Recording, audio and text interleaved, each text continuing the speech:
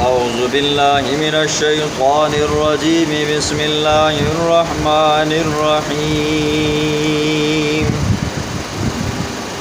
قل يا أيها الناس إن كنتم في شك من ديني فلا أعبد الذين تعبدون من دون الله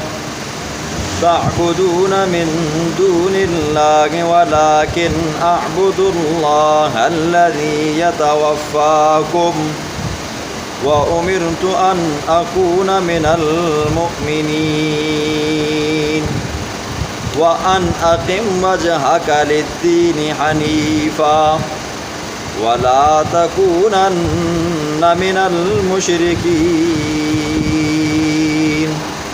ولا تدع من دون الله ما لا ينفعك ولا يضرك فإن فعلت فإنك إذا من الظالمين صدق اللہ العظیم۔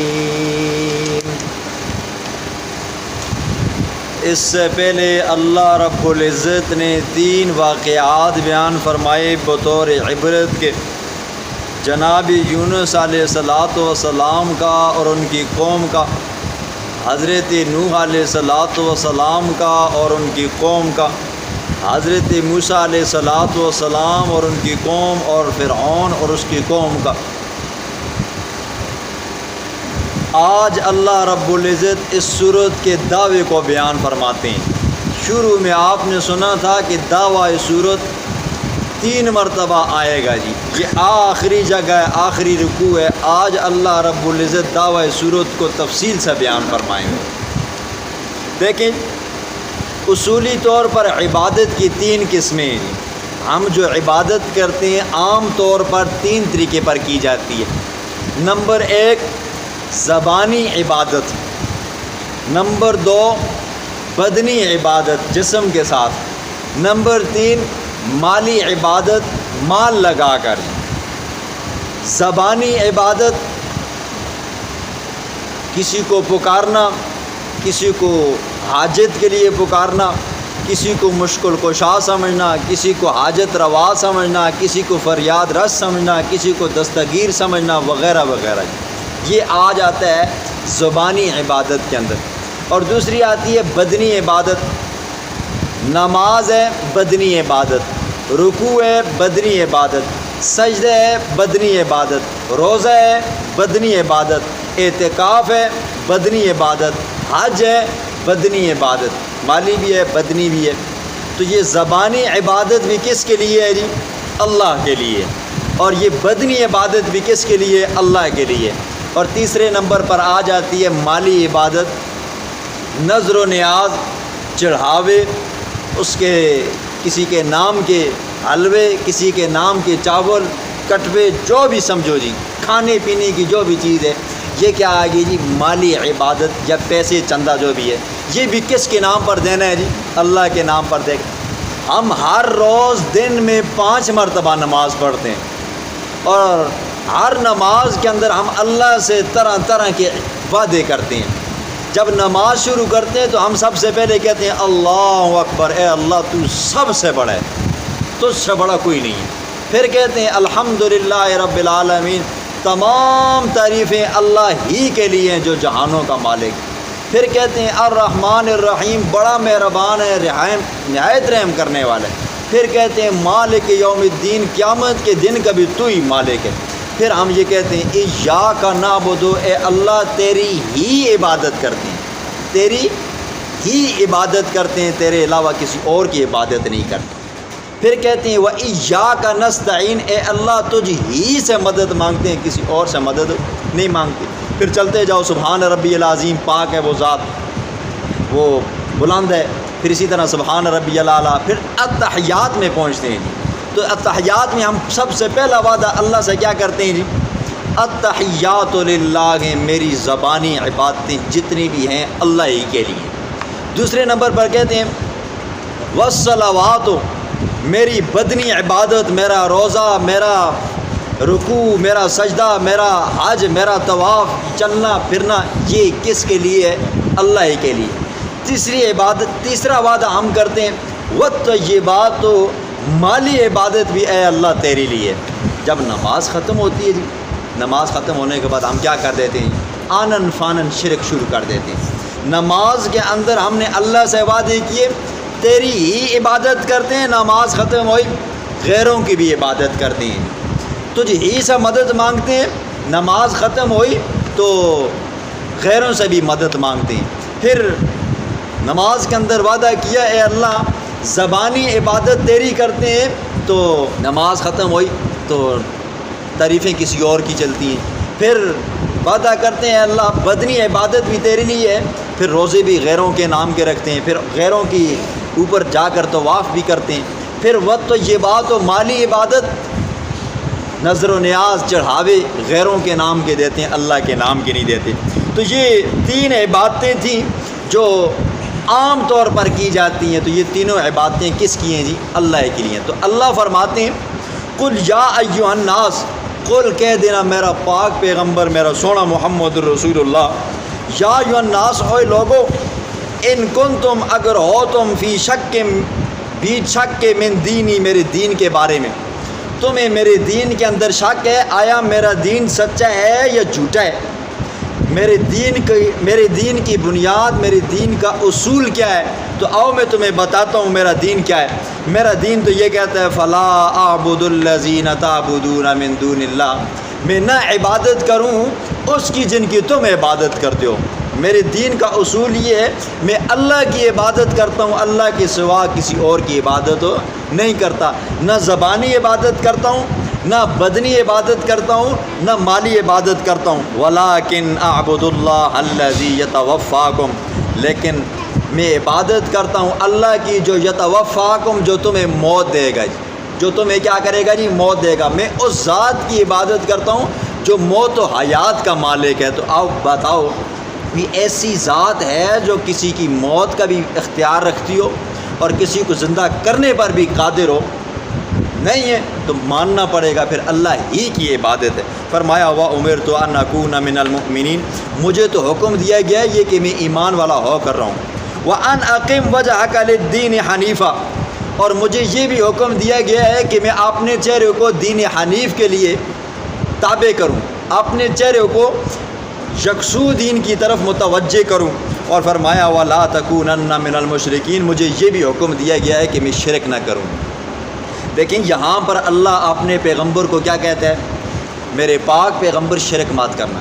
سورۃ زمر آیت نمبر 60 میں اللہ فرماتے ہیں وَلَقَدْ أُوحِيَ إِلَيْكَ، میرا پاک پیغمبر وحی کی گئی ہے آپ کی طرف، وَإِلَى الَّذِينَ، اور ان لوگوں کی طرف، من قبل کا جو تجھ سے پہلے گزرے ہیں۔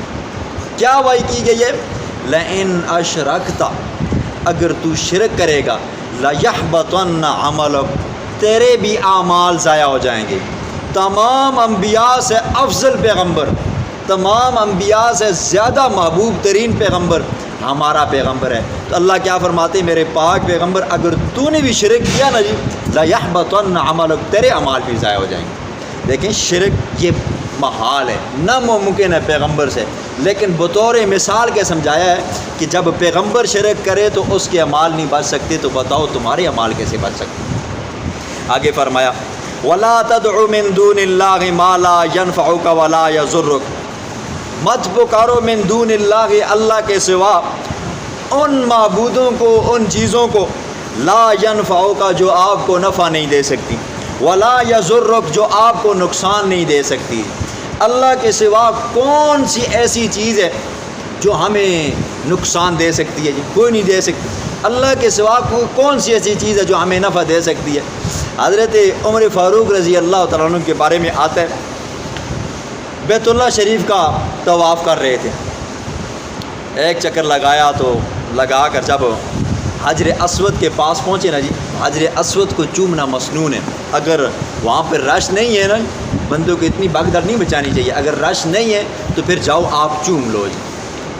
اگر رش ہے تو سوٹی ڈنڈی ہے تو وہ وہاں پر لگا کر اس کو چوم لو، اگر یہ بھی نہیں ہو سکتا تو دور سے ایسے ہاتھ کرو کر کے چوم لو، یہ آپ کا استلام ہو جائے گا۔ تو حضرت عمر فاروق رضی اللہ تعالیٰ نے فرمایا اے حجر اسود مجھے پتہ ہے تو کیا یہ پتھر ہے، تیرے اندر نہ نفع کی طاقت ہے نہ نقصان کی طاقت ہے، میں تجھے اس لیے چومتا ہوں تجھے میرے پیغمبر نے چوما ہے، کملی والے نے چومے ہیں۔ حضرت عمر فاروق عقیدہ کیا ہے جی؟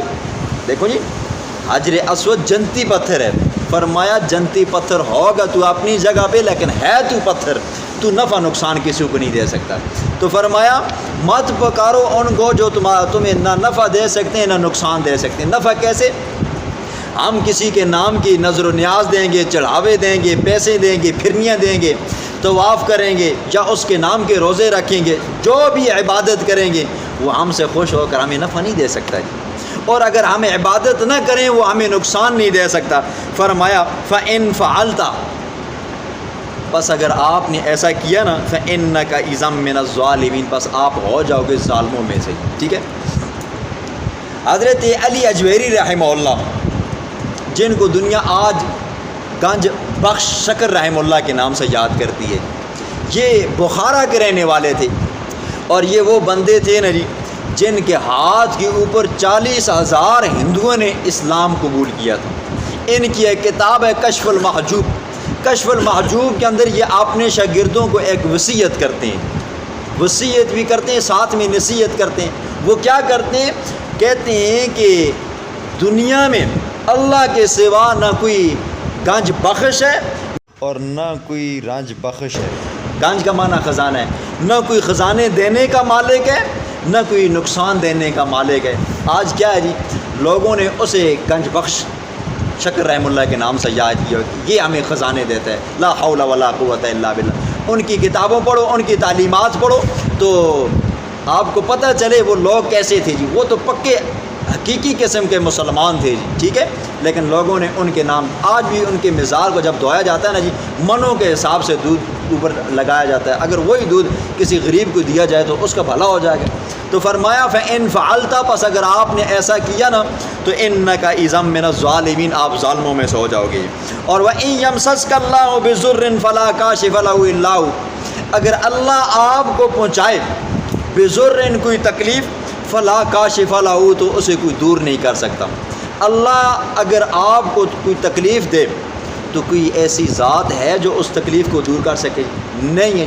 اور اگر اللہ وَإِن يُرِدْكَ بِخَيْرٍ، اور اگر اللہ ارادہ کرے آپ کو بھلائی دینے کا، فلا راد لفضل، دنیا کی ساری طاقتیں لگ جائیں آپ کو نقصان دینے کے اوپر آئیں، وہ نہیں دے سکتی۔ اللہ اگر آپ کو نفع دے رہا ہے تو دنیا کی کوئی طاقت اسے چھین نہیں سکتی، اور اگر اللہ نقصان دے رہا ہے تو دنیا کی کوئی طاقت اس کو نفع نہیں دے سکتی۔ فرمایا یصیب بہ من یشاء، وہ اللہ چاہتا ہے من یشاء، جسے دیتا ہے من عبادی، اپنے بندوں میں سے، وهو الغفور الرحیم، وہ بڑا بخشنے والا ہے، رحیم مہربان ہے۔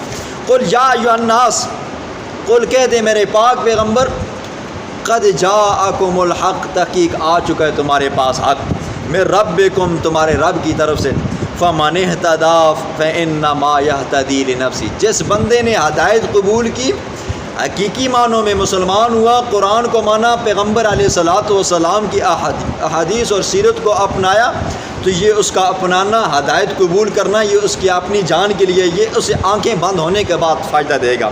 اور وَمَنْ ضَلَّ فَإِنَّمَا يَضِلُّ عَلَيَّ، جو گمراہ ہو گیا، سیدھے راستے سے بھٹک گیا، تو یہ اس کا بھٹک جانا، گمراہ ہونا، یہ اس کی اپنی جان کے اوپر وبال ہے۔ دیکھو جی، دنیا میں جب پھنستے ہیں نا جی، اپنا ملبہ اٹھا کر دوسرے پہ ڈال دیتے ہیں، تو قرآن یہ کہتا ہے وَلَا تَزِرُ وَازِرَةٌ وِزْرَ أُخْرَىٰ، دن قیامت کے کسی کا بوجھ دوسرے پر نہیں لادا جائے گا، اسی کو کہا جائے گا جو اعمال کیے اس کی جزا اور سزا بھگتو۔ فرمایا وَمَا أَنَا عَلَيْكُمْ بِوَكِيلٍ، میں نہیں ہوں تمہارے اوپر کوئی وکیل۔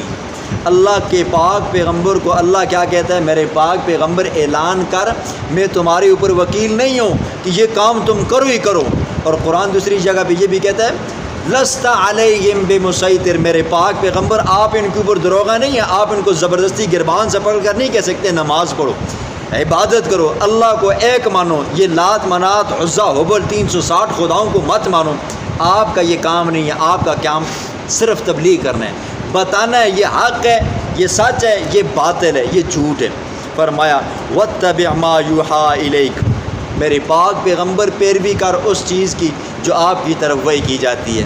جب آپ وحی کی اتباع کرو گے، قرآن کی اتباع کرو گے، احادیث رسول کی اتباع کرو گے، لوگوں کو حق بتاؤ گے، تو پھر کیا ہوگا جی؟ آپ کو تکلیفیں آئیں گی۔ پھر زمانے نے دیکھا حضور پر تکلیفیں آئیں، صحابہ کے اوپر تکلیفیں آئیں، اتنی مصیبتیں جھیلی حضور علیہ الصلوۃ والسلام نے کہ حتیٰ کہ اپنے خاندان کو بھی چھوڑ کر جانا پڑا، بچیوں کو بھی چھوڑ کر جانا پڑا، اپنے کنبے قبیلے کو بھی چھوڑ کر جانا پڑا، اپنے علاقے کو بھی چھوڑنا پڑا، یہ ہجرت کرنی پڑی، کتنے زخم کھائے۔ فرمایا وصبر، پھر صبر کرنا ہے، حتیٰ یحکم اللہ، کب تک کرنا ہے؟ جب تک کہ اللہ کا فیصلہ نہ ہو جائے۔ وَهُوَ خَيْرُ الْحَاكِمِينَ، وہ ذات بہترین فیصلہ کرنے والی ہے۔